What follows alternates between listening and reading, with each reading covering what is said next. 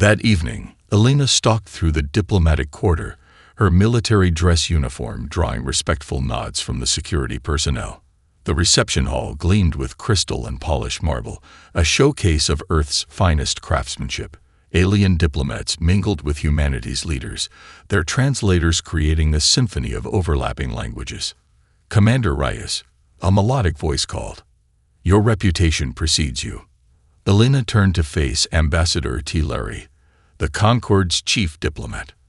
Unlike General Zaxworn's imposing blue-scaled form, T. Larry was almost human in appearance, if humans had iridescent skin and eyes that reflected light like mirrors. "I hope that reputation is accurate, Ambassador," Elena replied, accepting a flute of champagne but not drinking. T. Larry's smile revealed teeth too perfectly aligned to be natural. Free tours in the South Asian conflict, decorated for valor at the Battle of New Mumbai, and the architect of the Lunar Defense Initiative. Most impressive for one so young. Elena's expression remained neutral despite her surprise. The Lunar Defense Initiative was classified at the highest levels. "You've done your homework. The Concord believes in thorough research of potential partners." T. Larry's gaze drifted to a group of Earth's highest-ranking generals laughing with alien dignitaries. "Your military leaders have been remarkably forthcoming about Earth's defense capabilities." "Have they?" Elena murmured, watching as General Winters, chairman of the Joint Chiefs, showed something on his tablet to an alien with tentacles where eyes should be. "Indeed, we find Earth's military history fascinating, if somewhat primitive. Your species seems to have an unusual preoccupation with conflict." Elena set her untouched champagne on a passing server's tray. "Some would say that preoccupation is why we're still here." T. Larry's translator must have struggled with the nuance because the ambassador tilted her head in confusion. "I don't follow." "Evolution rewards successful adaptations, Ambassador. Humanity adapted to warfare." Later that night, Elena used her security clearance to access the diplomatic compound's newly installed surveillance system. What she saw confirmed her suspicions. Aliens accessing restricted databases, scanning military installations during their cultural tours, and most concerning, taking tissue samples from unwitting humans during handshakes and greeting ceremonies. In her Spartan quarters, Elena encrypted her findings and sent them through secure channels to the few people she trusted implicitly. Her former squad commander, now running special operations in Africa, a brilliant weapons engineer whose funding had been cut for being too aggressive in her designs, and a semi-retired admiral who had warned about alien contact for decades. The reply came within minutes. "Sleeping Giant Protocol initiated. Authorization Theta 9 Delta." Elena stared at her screen, pulse quickening. Theta 9 Delta meant full activation of humanity's hidden defenses, a network of facilities, personnel, and weapons systems that officially didn't exist. As dawn broke over Geneva, Elena watched from her window as more Concorde ships descended through the clouds, their elegant forms belying their true nature. She knew what the aliens couldn't. Earth's apparent military was merely its public face. The true war machine, developed through centuries of brutal conflict, paranoia, and the constant fear of extinction, remained hidden, waiting. Her secure comm pinged with a message from Admiral Chen. "They're scanning deep." Timeline accelerated. "Be ready." Elena's lips curved into a humorless smile. The Concorde thought they were studying humanity. They'd soon discovered humanity had been studying them right back, and had prepared accordingly. Elena's boots echoed on the reinforced concrete as she followed the Secretary of Defense deeper into the mountain complex. Emergency lighting cast everything in a blood-red glow, making the grime and sweat on surviving personnel look like war paint. "Status report," she demanded, falling into step beside Colonel Jackson, her former academy classmate. "They hit us with precision kilos, kinetic energy weapons," Jackson explained, tablet displaying orbital trajectories. "Took out exactly what we expected." Pentagon, Cheyenne Mountains public levels, all known no-raid facilities, the Chinese Central Military Commission, Russian Strategic Command, every public NATO base. Casualties. Jackson swiped to another screen. Minimal military losses. We evacuated critical personnel last week under the guise of a multinational training exercise. Civilian casualties. He hesitated. Under 5,000 globally. They're being surgical. They don't want the infrastructure damage, Elena noted. They want Earth intact.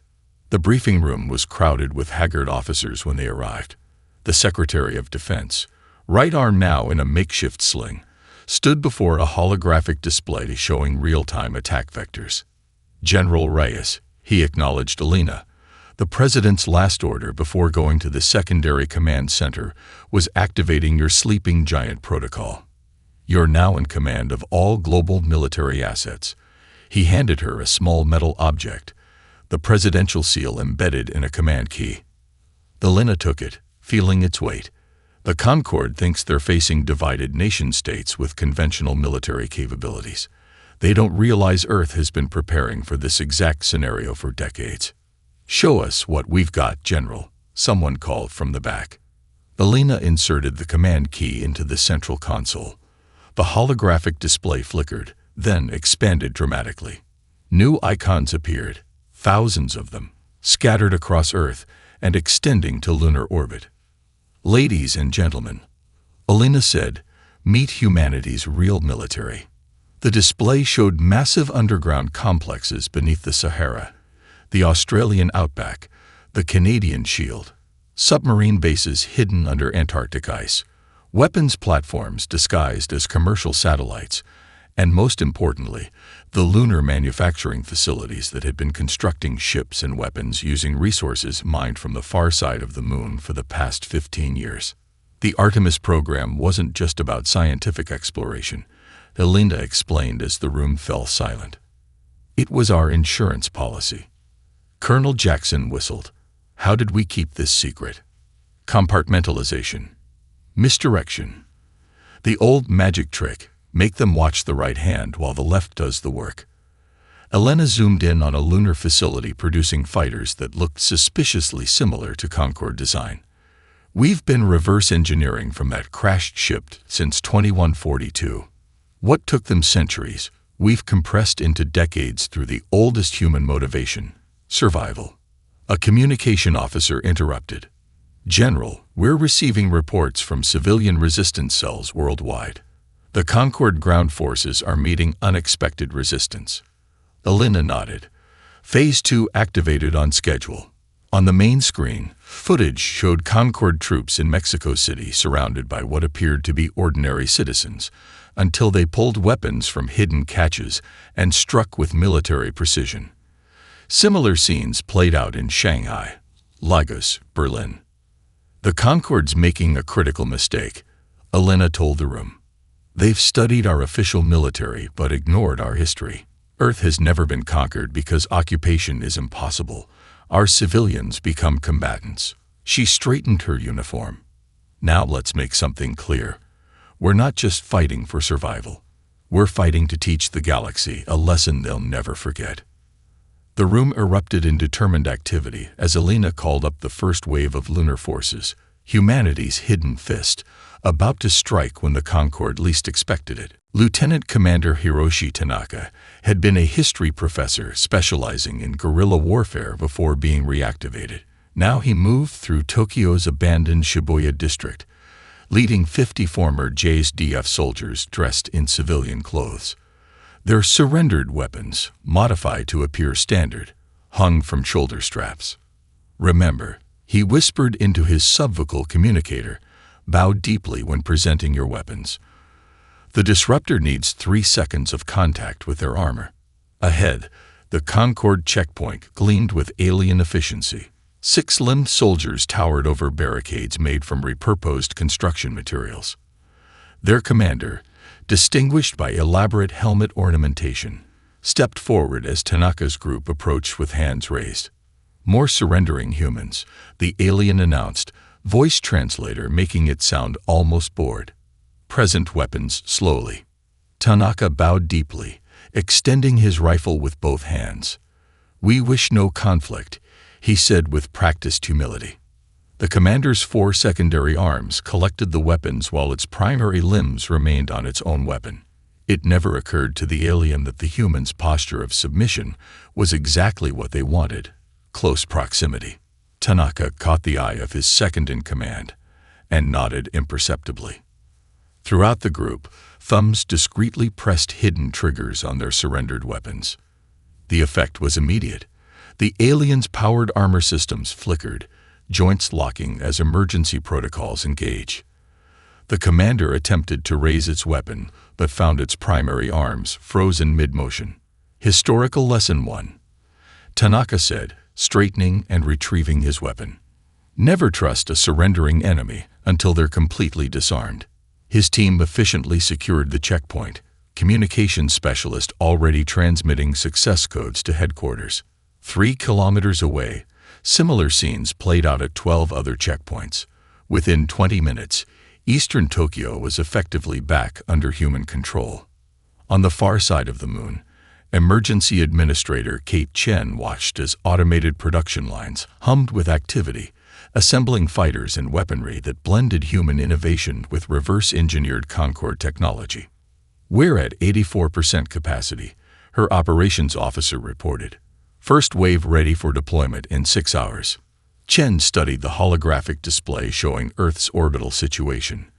Concorde warships maintained precise formations, their commanders confident in their complete orbital superiority. "They still haven't detected us," she observed.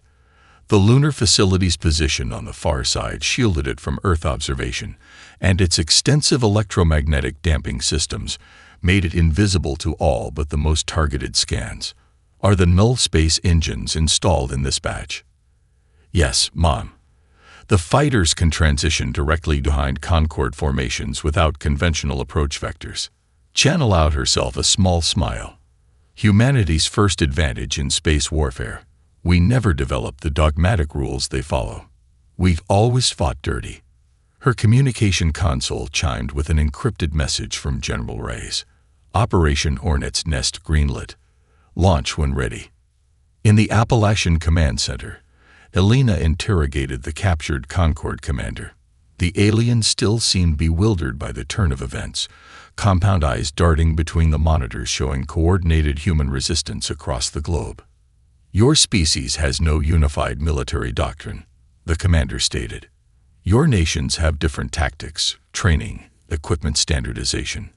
This level of coordination should be impossible." Elena studied the alien dispassionately. "That's where you're wrong. We have hundreds of military doctrines, not 0. We've spent millennia perfecting the art of killing each other, then ourselves.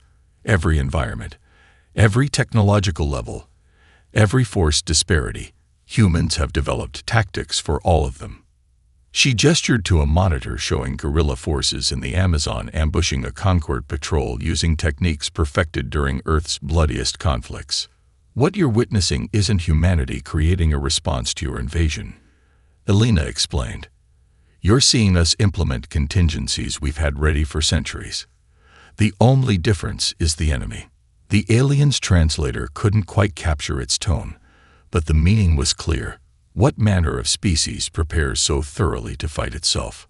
"The kind," Elena replied, "that survives." Dr. Sanjay Mehta had slept only 6 hours in the past 3 days. His lab coat was stained with coffee and the hydraulic fluid that served as blood in Concorde technology. Around him, the repurposed Detroit factory buzzed with activity as engineers and scientists worked on captured alien equipment.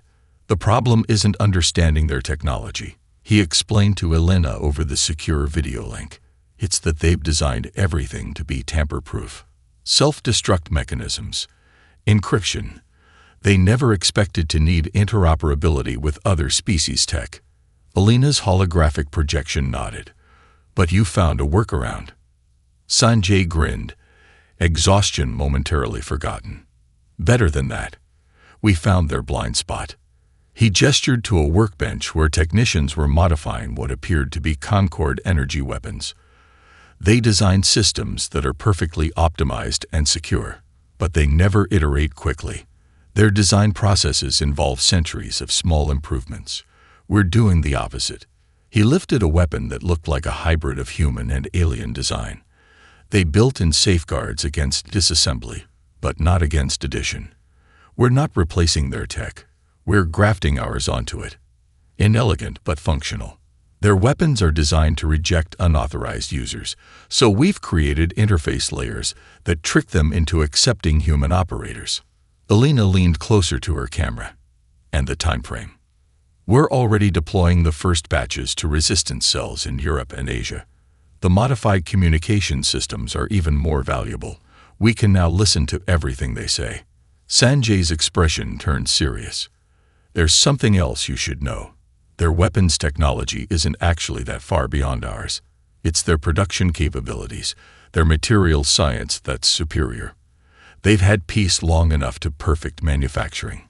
And we've had war long enough to perfect improvisation, Elena replied.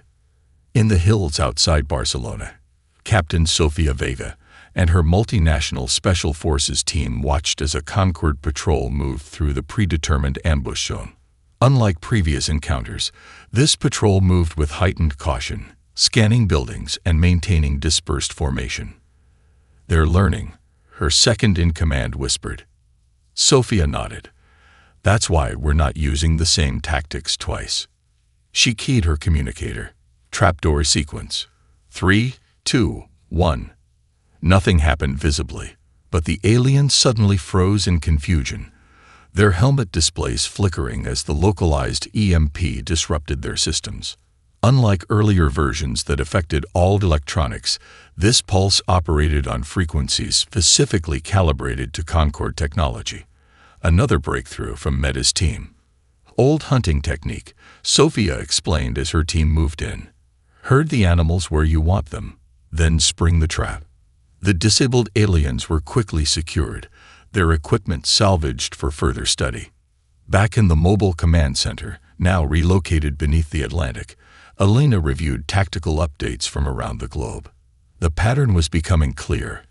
After initial successes, Concorde forces were encountering increasingly sophisticated resistance. They're adapting their tactics, Colonel Jackson noted, pointing to footage from Seoul where Concorde troops had changed their approach. Using more flexible formations, improved counters to our ambushes. Elena nodded. Expected.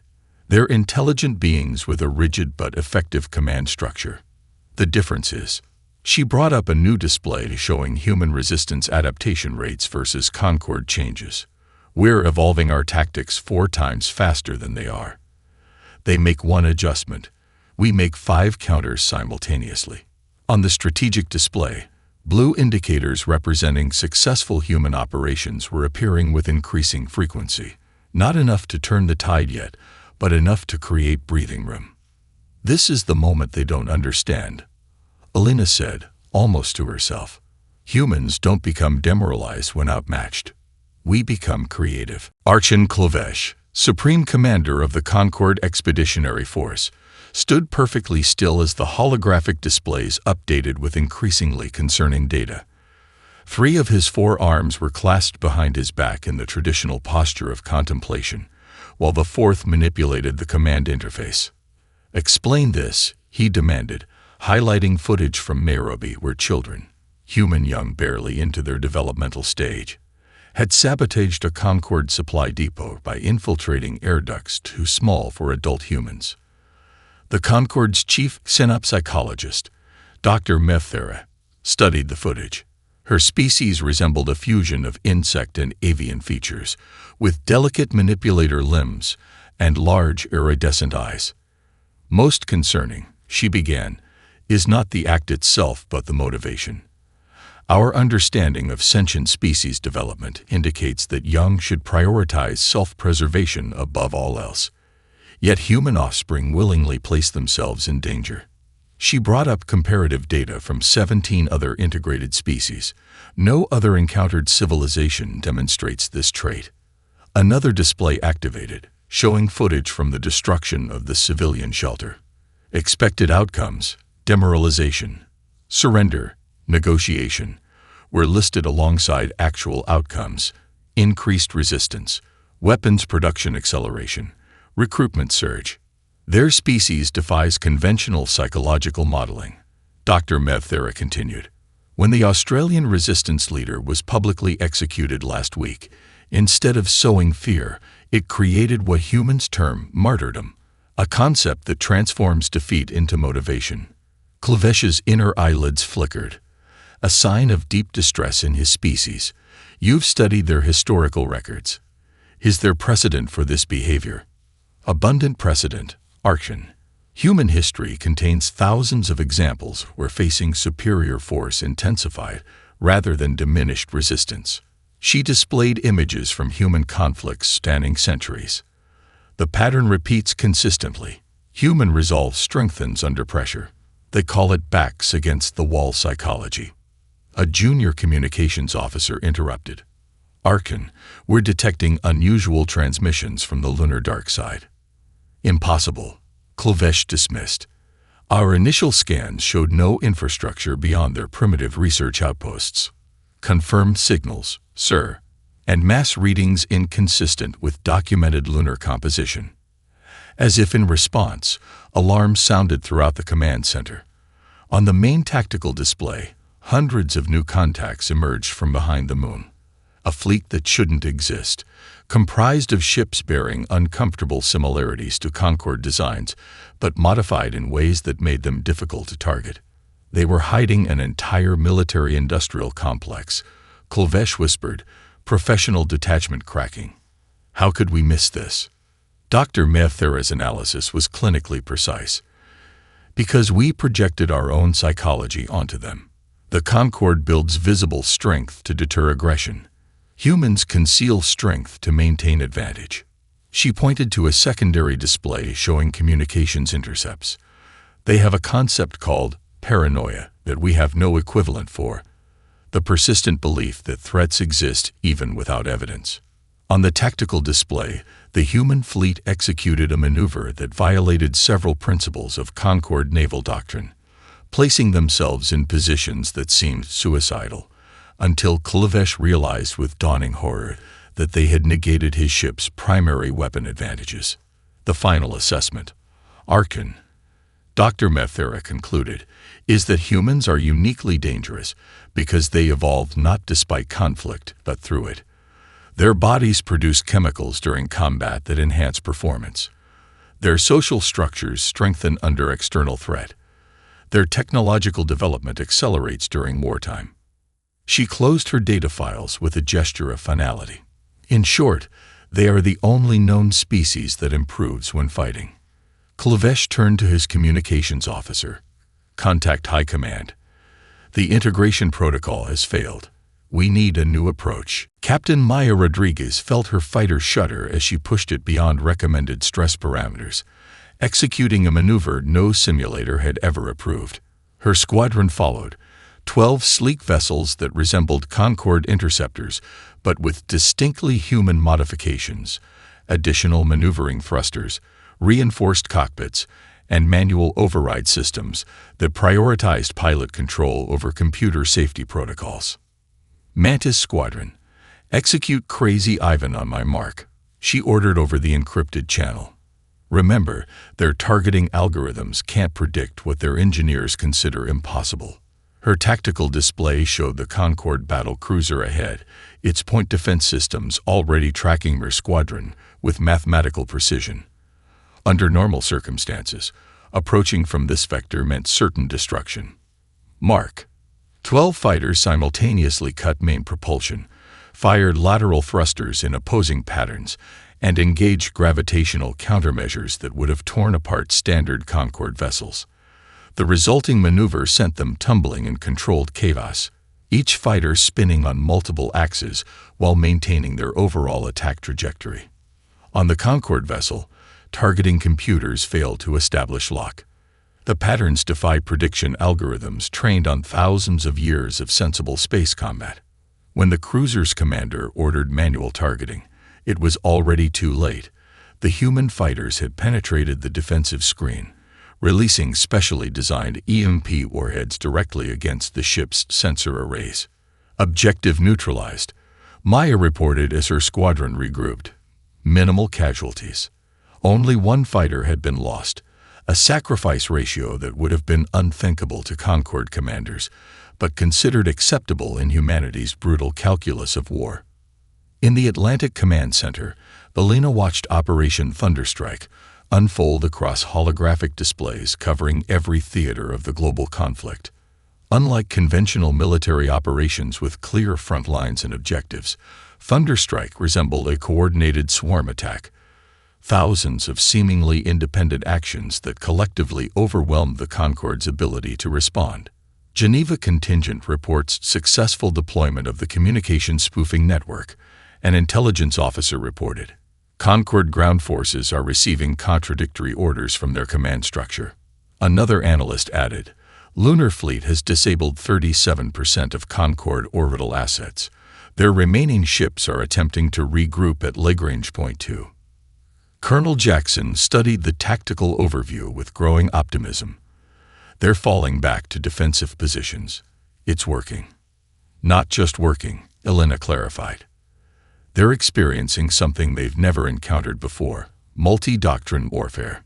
She highlighted different regions on the global map. In Asia, we're using ancient Sun Tzu principles with modern technology. Europe is employing blitzkrieg tactics from the 20th century. African forces are using colonial-era resistance strategies. North America is applying Iraq War urban combat techniques. And they can't adapt to all of them simultaneously, Jackson realized. Precisely. The Concord military is built on unified doctrine. They expect enemies to fight according to predictable patterns, either primitive or advanced, but consistent. We're hitting them with everything humanity has ever developed, all at once. Alina's secure communicator signaled an incoming transmission from the Lunar Command. Administrator Chen's holographic figure appeared, her expression grim but determined. General, Concord reinforcements have been detected entering the system.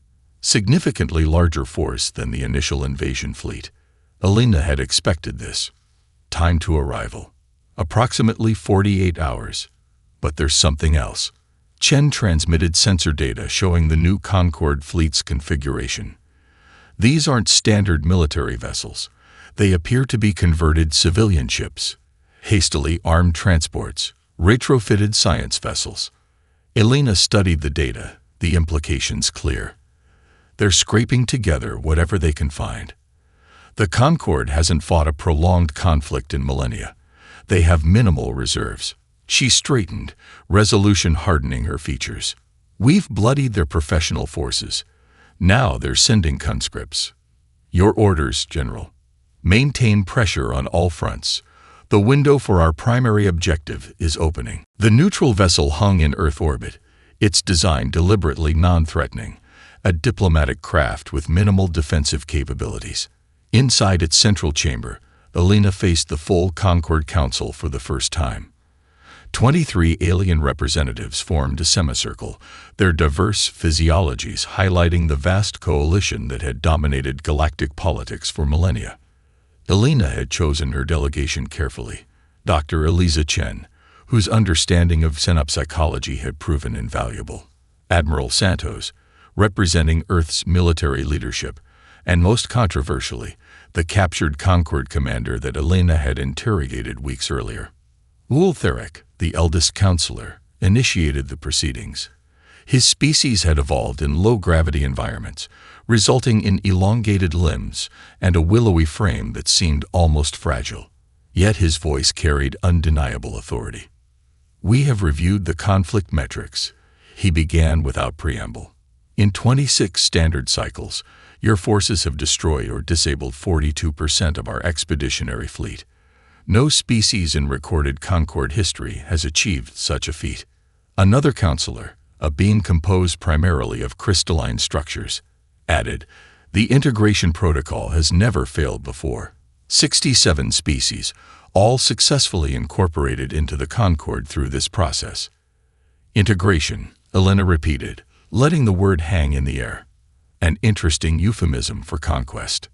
Dr. Chen activated a holographic display showing data extracted from captured Concord databases. It detailed resource extraction quotas, population control measures, and developmental restrictions imposed on integrated species. This isn't diplomacy, Alina continued. It's subjugation dressed as benevolence. Ultharek's appendages moved in what might have been a gesture of concession. You misunderstand our intentions. The galaxy is dangerous. Isolated species rarely survive the predatory empires that exist beyond Concord space.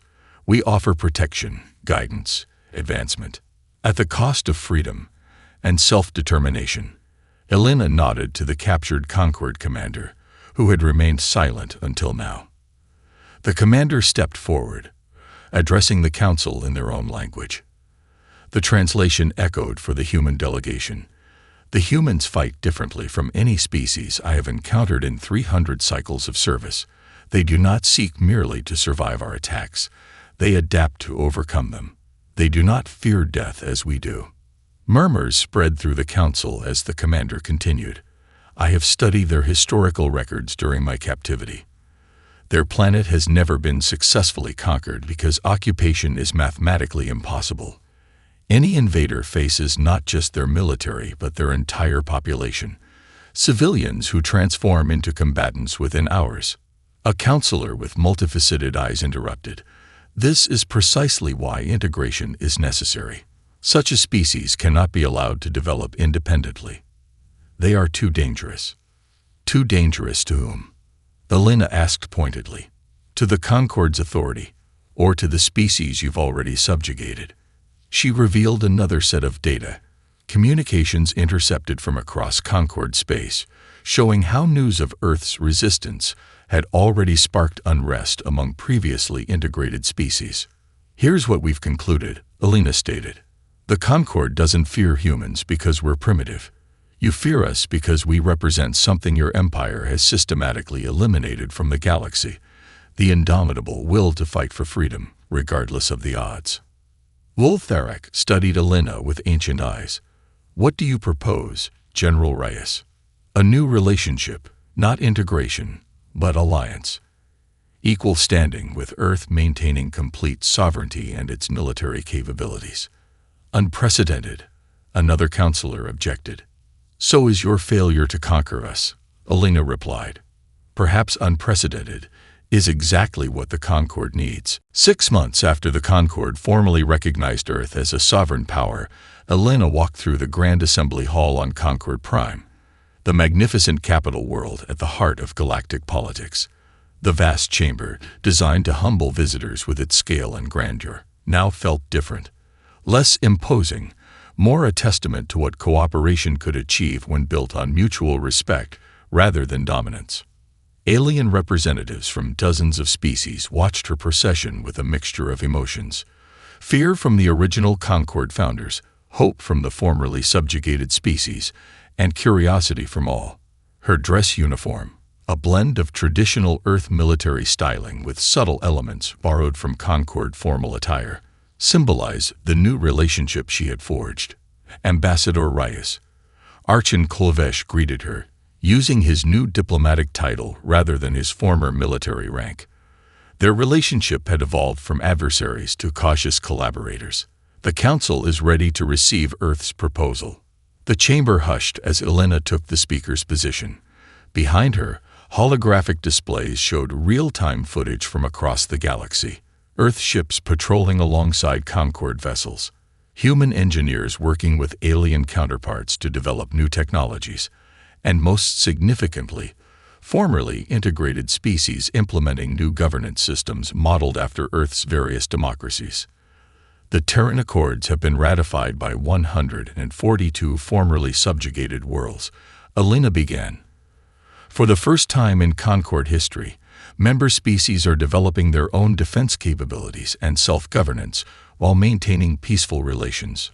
Several of the founding Concord species shifted uncomfortably. One spoke up. This undermines millennia of stability. It replaces stability through control with stability through cooperation, Alina countered. The data is clear. Resource production has increased 12% across reformed worlds. Scientific advancement has accelerated. Cultural exchanges have flourished. She activated a new display showing detailed reports from border regions where another expansionist empire, the Vector Dominion, had been prodding Concord space. More importantly, the Vector Scouts have retreated from 3 sectors where joint human Concord patrols have been established. They recognize something you've learned firsthand. Humans understand conflict like no other species. We've turned our greatest weakness into our greatest strength. Arshan Kulvesh stepped forward. The Council has reviewed your proposal for the Galactic Defense Academy. While unprecedented, we acknowledge Earth's unique qualifications to lead this initiative. The vote was not unanimous, but the outcome was clear. The Concord would support the establishment of a military doctrine academy on Mars, where officers from across the galaxy would study humanity's approach to conflict resolution, both through diplomacy and, when necessary, through force. Later, as Elena stood on the observation deck of her transport vessel, Earth came into view. Beautiful, resilient, and now respected across the stars. Admiral Santos joined her, offering a rare vintage champagne salvaged from his family vineyard that had, remarkably, survived the invasion. To Earth, he proposed, raising his glass. Still undefeated. Elena smiled but shook her head slightly. To understanding, she countered. The Concord thought military strength came from technological superiority or numerical advantage. We showed them it comes from something deeper. The human spirit that refuses to yield, the creativity born from challenge, and the unity forged through adversity. Below them, the first class of alien cadets was arriving at the newly completed Terran Military Academy in Mare Tranquillitatis. They would learn not just how humans fought, but why. The principles of freedom, self-determination, and resilience that made Earth's war machine truly formidable. The galaxy had learned its lesson. Humanity never lost on Earth, because what made humans dangerous wasn't their weapons, it was their hearts.